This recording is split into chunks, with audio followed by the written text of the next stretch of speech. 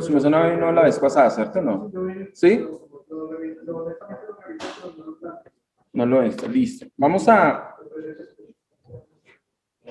hacer, vamos como, pues la idea es que todos lo trabajemos al tiempo. La idea es entonces a recalcar un poco lo que mencionamos la vez pasada. Les pedí que por favor imprimieran la carta a los filipenses. Este trabajo tiene la intención de ayudarnos a mirar un poco lo que estamos viendo en cuestiones de lo histórico.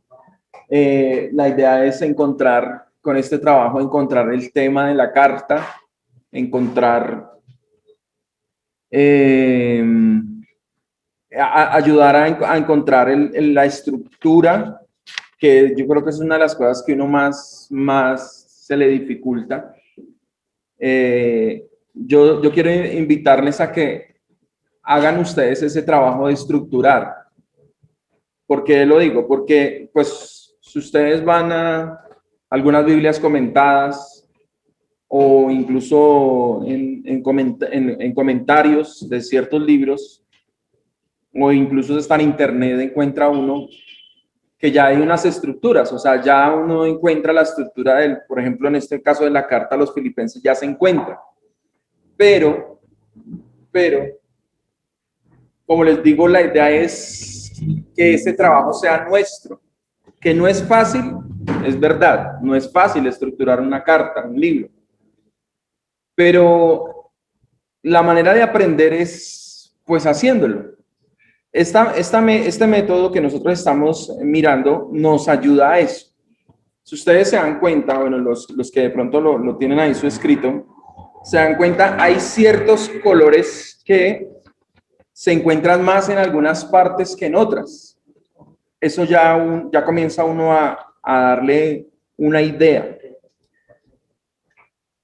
Además de eso, el subrayarlo con los colores nos va a también dar una visión de el autor, en qué partes aparece, los destinatarios, ¿cierto? El tema que está tratando el autor, y comienza uno inclusive a encontrarle valor a ciertas inclusive palabras. Por ejemplo, para los que de pronto hicieron la tarea, ¿por qué Pablo utiliza en el versículo 1 del capítulo 1, por qué Pablo utiliza la palabra siervos?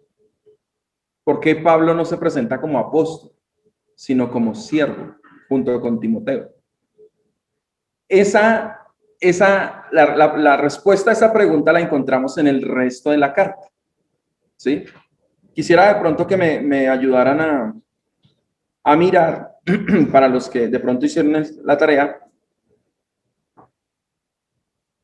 cómo pudiéramos resumir en una frase, una frase corta, cómo pudiésemos resumir lo que Pablo quiere decir en Filipenses. ¿Cómo lo resumiríamos?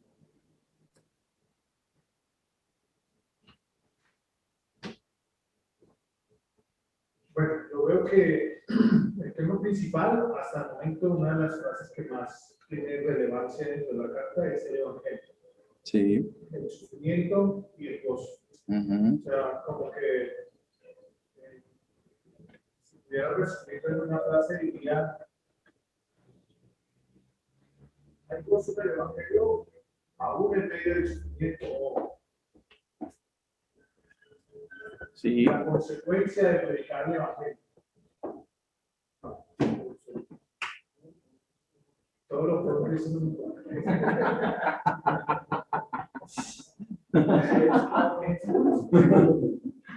Pero lo que encontraba era que el Evangelio está muy marcado en toda la carta, por encima del gozo y el sufrimiento. Sí. Entonces, vamos a subrayar. Evangelio, sufrimiento, gozo, ¿ok?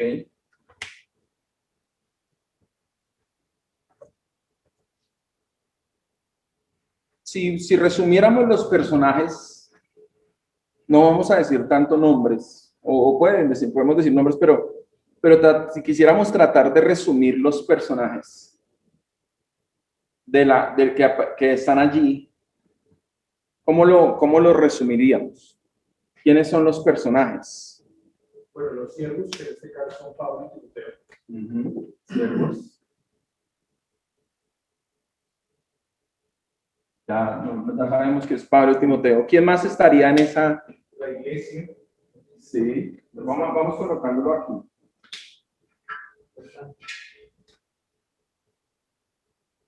Pablo, Timoteo, la iglesia. Que reciben el nombre de santos fieles. ¿Quién más está allí de? Los antagonistas. Entonces ahí vamos a hablar de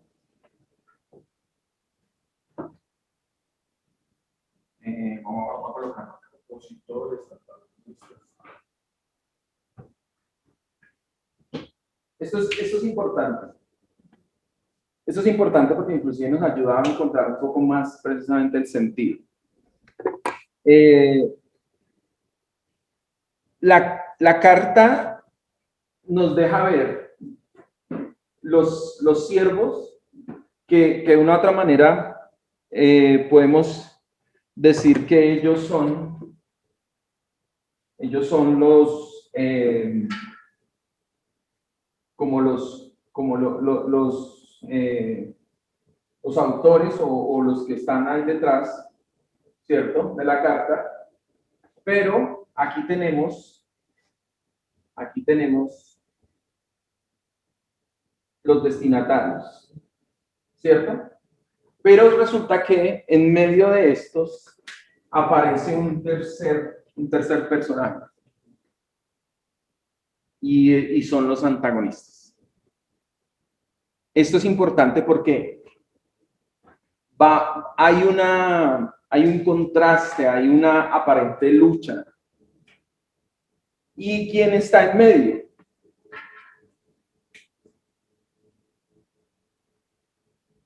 El Evangelio.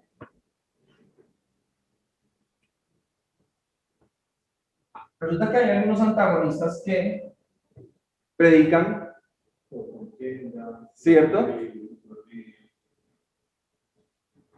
Hay otros que lo hacen con otra intención. Entonces, ustedes pueden colocar como un listado acá de los que están a este lado y otros de los que están a este lado. Ahora, quizás no tengamos muchos nombres a este lado, pero sí podemos resumir que tenemos diferentes tipos de antagonistas. Los que predican por otras intenciones, ¿cierto? Los que quieren mutilar el cuerpo. ¿Qué más? ¿Recuerdan así rápidamente? ¿Qué otro tipo de antagonistas hay allí?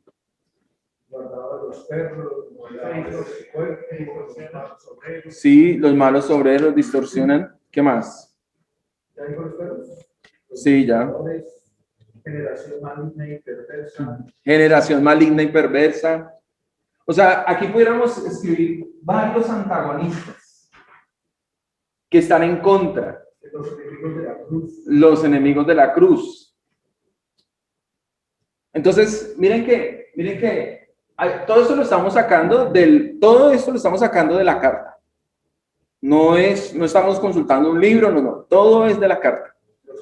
De una otra manera, este ejercicio nos está ayudando ¿a qué?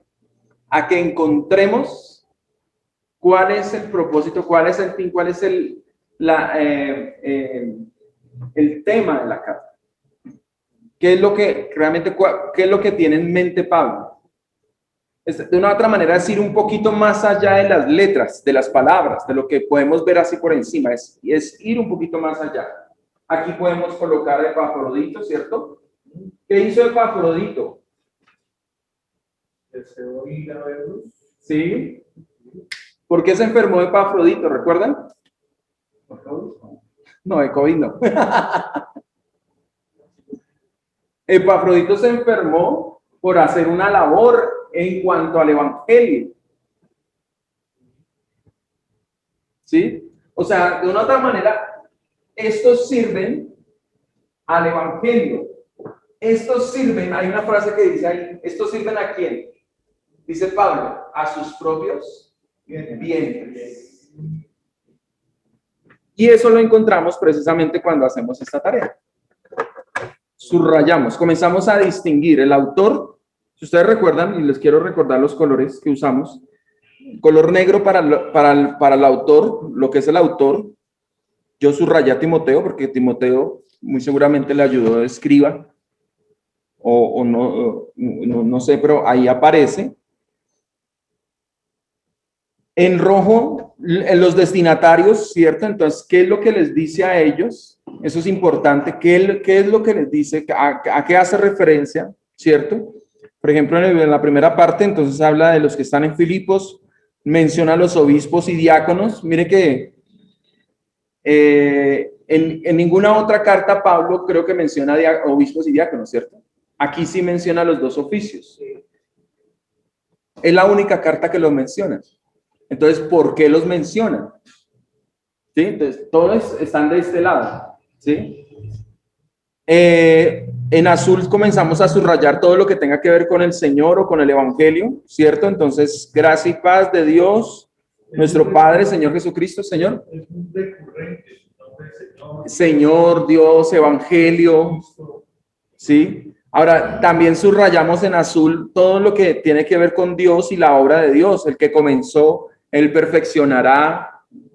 Todo eso es el Evangelio, ¿cierto? Hasta el día de Jesucristo, el entrañable amor de Jesucristo, el día de Cristo, para la gloria y alabanza de Dios, ¿sí? Redundando para el progreso del Evangelio. Estas prisiones han hecho patentes en Cristo, ¿cierto? Cobrando ánimo en el Señor. La palabra, dice que hablaron la palabra sin temor, todo esto es el Evangelio. Entonces, miren que estos colores nos ayudan a eso, comenzar a identificar, ¿sí?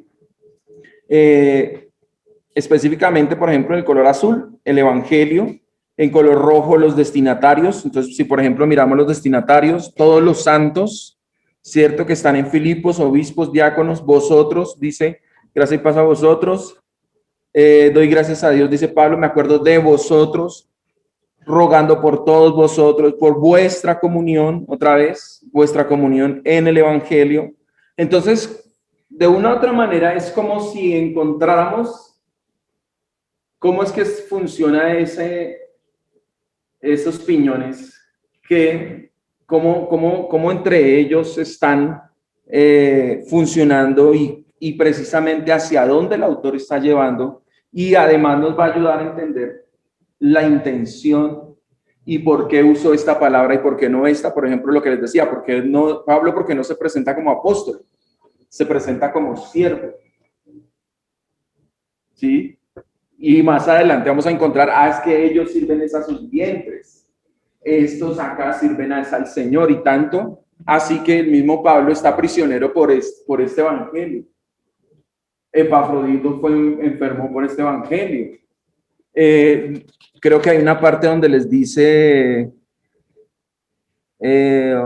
todos los que sirven, los que hacen igual, que pone como ejemplo creo que Epafrodito, y le dice que todos los que hacen lo mismo.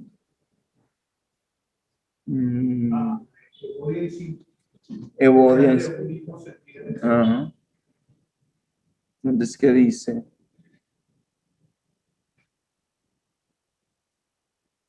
Bueno. No, ahí una vez dice.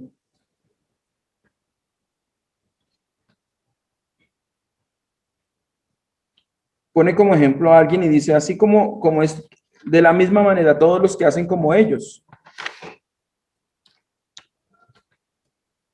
Bueno, entonces muestra esto. Entonces, esto nos va mostrando, y una cosa importante aquí.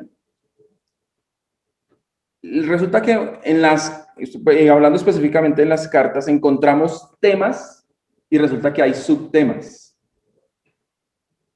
Hay veces uno se puede desviar pensando que un subtema es el tema principal. Y la idea de esta labor es precisamente poder entender cuál es ese tema y los otros son secundarios o son auxiliares, refuerzan. Entonces, lo que les decía en la primera parte, podemos concentrarnos quizás en una palabra que no es la más importante.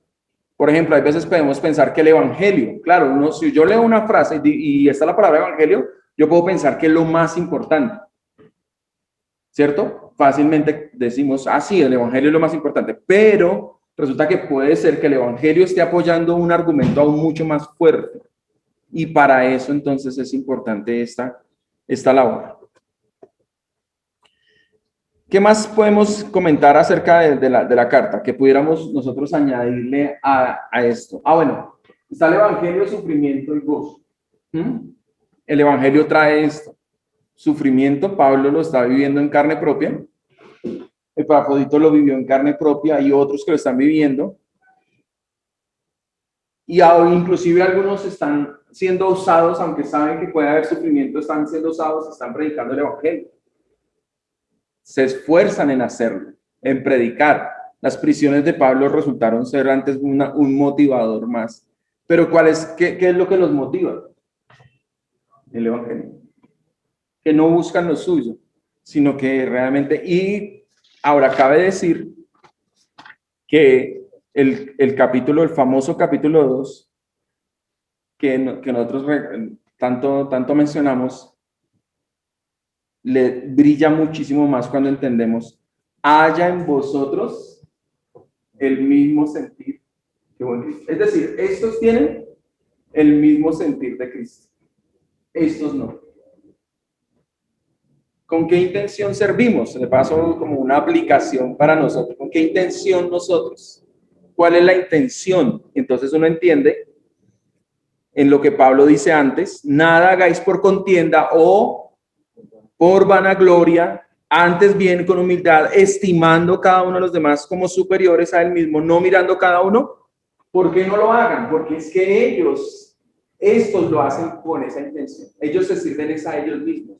No miren, no sirvan para ustedes, sirvan al evangelio. Giovanni. También dice, la predicación del evangelio mostrará la justicia de Dios. Siempre está, no sé qué capítulo 3 o 4. Sí. Pero entonces siempre está hablando de esa justicia, ¿no? Que veremos la justicia de Dios por el evangelio. Así es. Entendemos por qué Pablo dice, porque a vosotros os es concedido a causa de Cristo, no solamente que creáis, sino también que padezcáis. ¿Sí? Y entonces, ¿el ejemplo es quién? El primero en sufrimiento, Cristo, el cual siendo en forma de Dios, no estimó el ser igual a Dios. ¿Sí? Miren cómo lo que yo les decía en lo que hablábamos hace un momento. Mire que no solamente la etimología de la palabra, no solamente, sí, la gramática también, pero es ir más allá. La gramática es un primer paso y es importante, pero hay que ir un poco más allá. La semántica, ese significado, ese sentir, esa palabra sentir, en toda la carta tiene muchísimo significado. Y claro, si vamos a mirar el sentir, esa palabra en griego, ¿qué significa?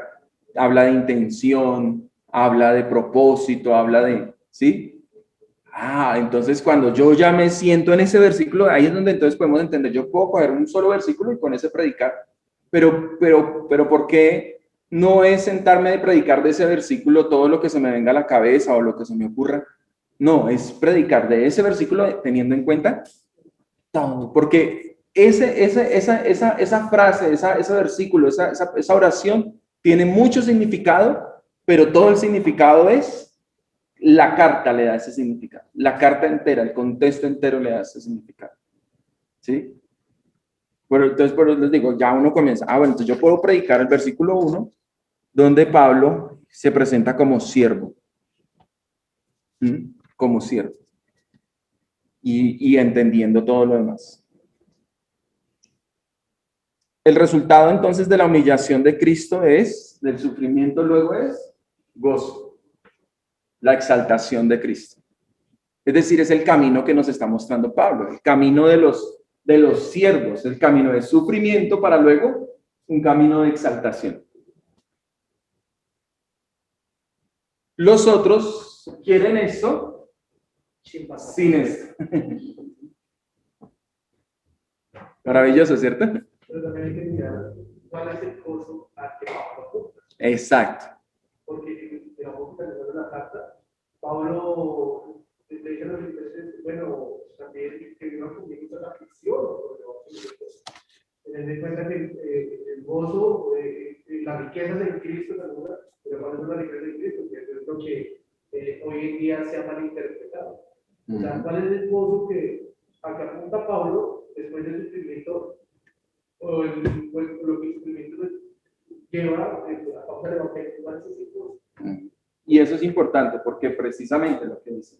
Entonces yo puedo interpretar gozo desde mi perspectiva, pero la idea es interpretar gozo desde la perspectiva de la misma carta.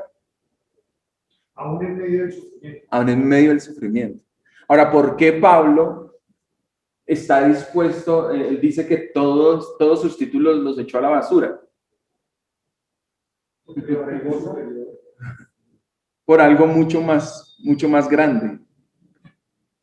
¿Sí ven? O sea, miren cómo si ven que todo, de una u otra manera, toda la carta está conectada completamente. Toda tiene un solo tema. O sea que podemos decir que el capítulo 2 es el eje central de toda la carta. Yo considero que ese es el capítulo central.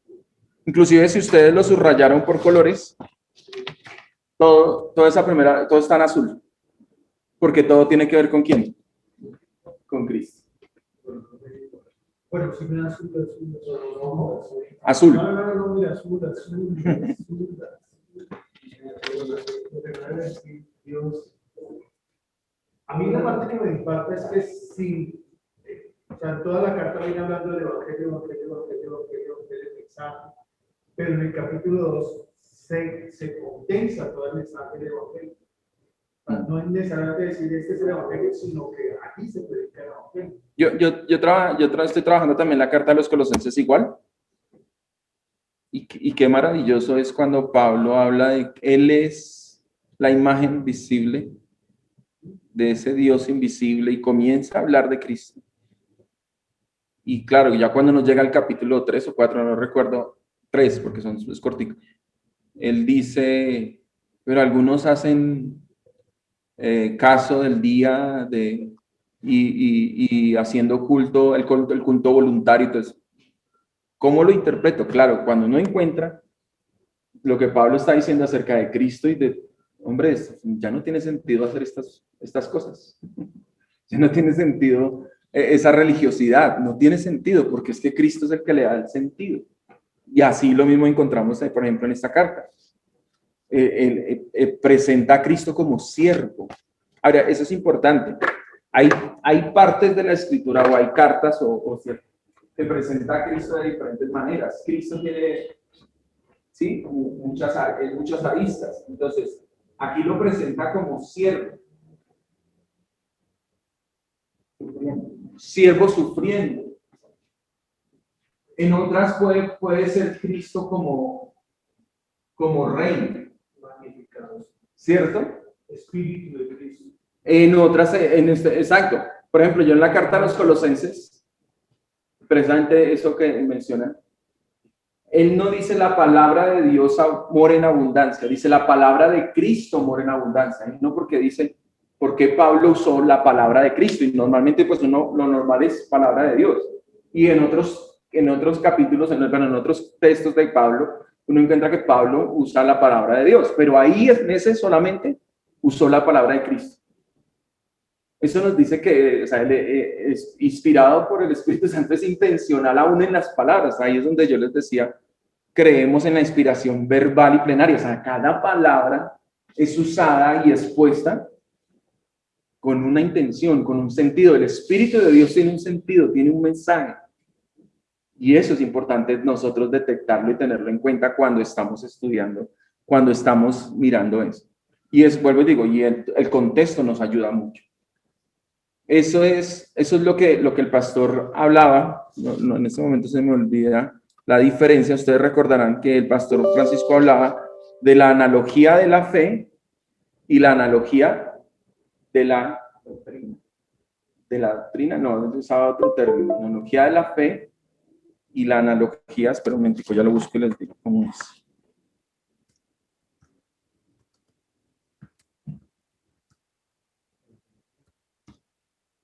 La analogía de la escritura. Él hablaba de la analogía de la fe y la analogía de la escritura.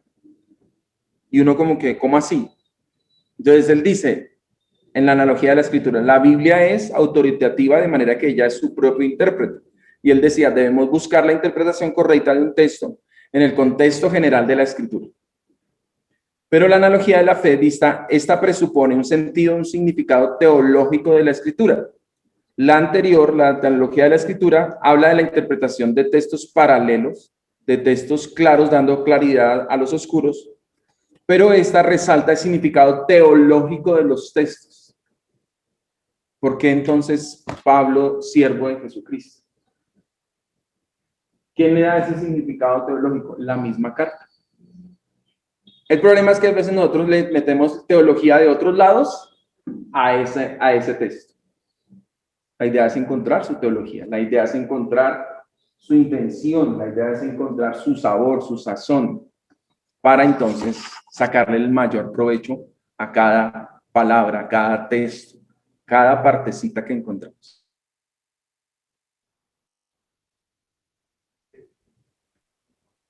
Genial, ¿cierto? Por eso es importante entonces este ejercicio. Si pueden volver a hacer, Giovanni ya lo hiciste, pero si lo pueden volver a hacer, háganlo. Vuélvanlo, impriman y vuelvan y cojan y subrayen. Se van a encontrar con más cosas. Yo imprimí pero entonces tengo otro donde tengo señalado otras cosas. Y después la idea es, vamos a mirar qué más podemos señalar. ¿Listos? Eso es importante que lo trabajemos. ¿Alguna pregunta, alguna duda? ¿Todo claro? ¿Los colores son claros? Sí, y ahora no, café oscuro. ¿Señor? El café es oscuro.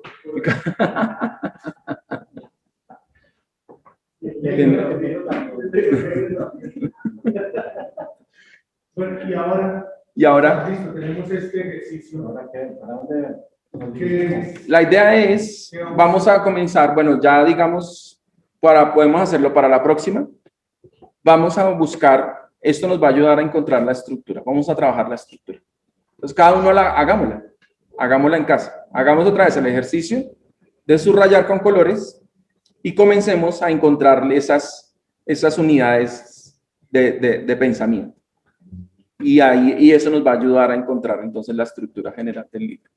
La idea es encontrar el punto principal, ya lo he mencionado, para mí también es ese capítulo 2, es como el eje de todo lo demás. Encontrar, Pablo normalmente él usa, bueno, no es fácil, pero él usa en muchos textos de él, usa quiasmos. El quiasmo es, encontramos más o menos algo así. A prima, B prima, C prima. Es decir, uno encuentra que el primer capítulo está relacionado con el último de alguna manera o con los últimos versículos y encontramos esto. ¿Sí? Por ejemplo, para mí el libro de Romanos es un quiasmo. Yo veo en el libro de Romanos capítulo 1 y capítulo 16, hay palabras muy similares allí.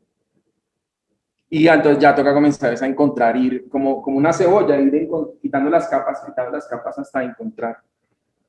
¿Qué elementos se deben tener en cuenta, pensando en todos, a la hora de extraer una estructura o tener en cuenta una estructura? ¿Qué elementos? Sí.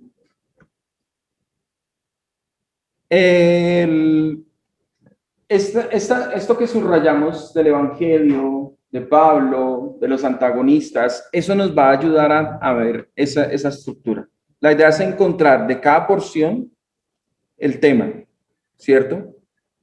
Puede ser el mismo tema, y a veces pasa que de un párrafo y otro párrafo pareciera que fuera lo mismo, pero se diferencia en que quizás en el primero apenas menciona la idea y en el segundo la desarrolla.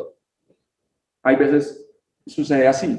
Entonces hay que mirar con los colores, ustedes se van a dar cuenta que es un poco más sencillo porque los colores lo van a guiar a uno, donde entonces quizás está mencionando el Evangelio, pero hay veces, por ejemplo, pasa que lo menciona el Evangelio, pero muy, no sé si la palabra correcta es primitivamente, como muy insípido, pero ya después entonces le da más sazón, ya después ya ahonda mucho más, ¿sí? Entonces esas cosas uno los comienza a detectar con los colores. Miren los temas, cada párrafo, por eso es importante dividirlo en párrafos.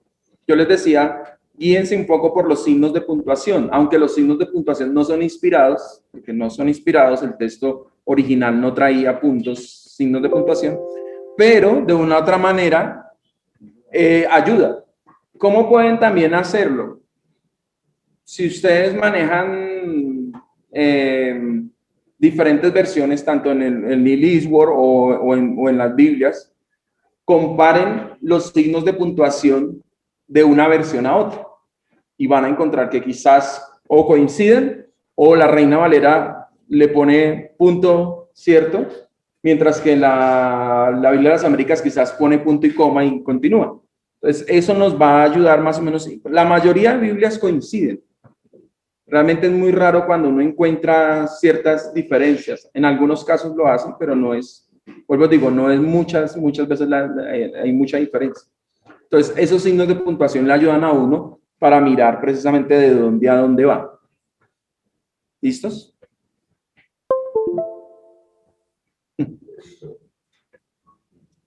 Una pregunta.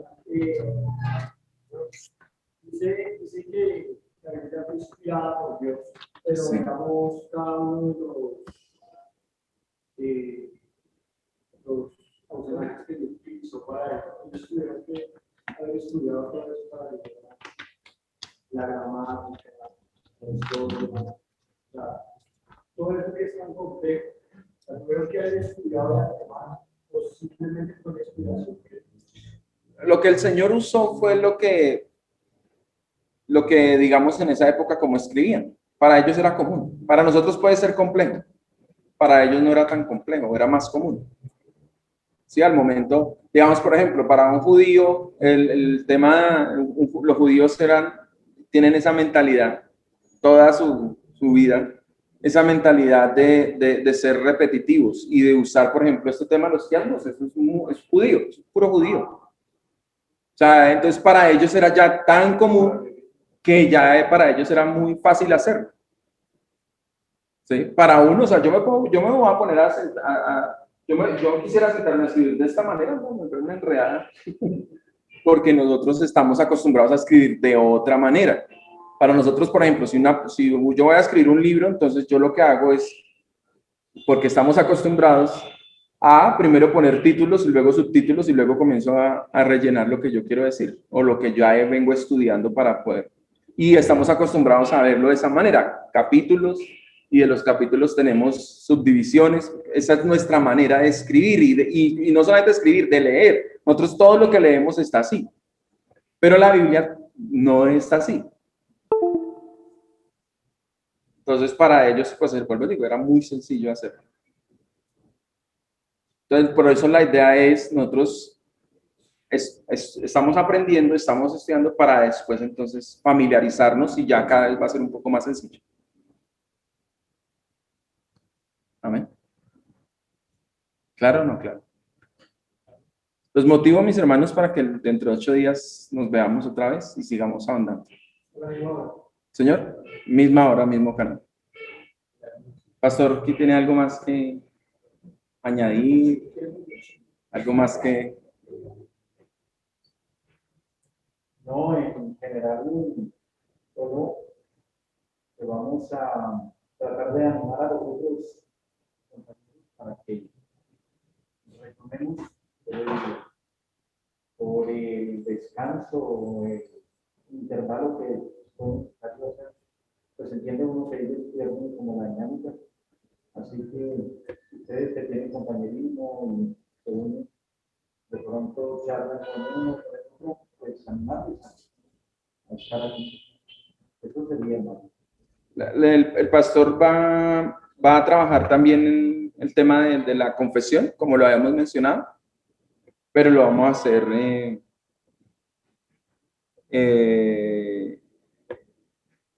¿cómo se dice? Como Lo vamos a hacer de manera periódica, periódica. Esa es la es palabra. decir, vamos a tomar un miércoles al mes para desarrollar un tema relacionado con la confesión de fe. No propiamente la confesión de fe, sino más como la aplicación a la luz de la confesión de fe, un enfoque en lo que comentaba el pastor Giovanni, de ver lo mejor posible por qué ser reformado va más allá de las doctrinas soteriológicas de los 5 puntos de las doctrinas de la clase y tratar entonces de ir familiarizándonos más con lo que son realmente los distintivos o la identidad reformada bautista. Es más o menos el plan. Vamos poco a poco como resulta. ¿Listo, mis hermanos? Giovanni, ¿horas para terminar? Señor, te damos gracias por este tiempo, este espacio en el que nos permites crecer.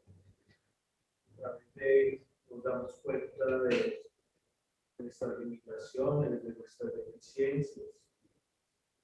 Solo nos basta pedirte a ti, oh Dios, que tu infinita misericordia proveas para tu iglesia un sentir y una disposición de parte nuestra para crecer en tu palabra, para ser juiciosos, diligentes, disciplinados con esta tarea que tú nos has dado. Señor, ayúdanos porque queremos hacerlo para tu gloria. Pido también, oh Dios, que al salir de este lugar, tú guardes nuestro entrar, nuestro salir, que las tareas a llevar en este día cuenten con un propósito celestial. Padre, ponemos en tus manos aquellos hermanos que no pudieron acompañarnos en este día, que padecen de este COVID, oh Dios, y que se han podido levantar poco a poco. Pedimos que seas guardándoles, que seas fortaleciéndoles, que seas animando a los demás a seguir creciendo, Dios, en tu palabra. En tu nombre oramos, quedamos en tus manos. Amén. Y amén. Amén. Amén, hermanos. Entonces, damos gracias al Señor. Chao, Pastor Dani. Conectado.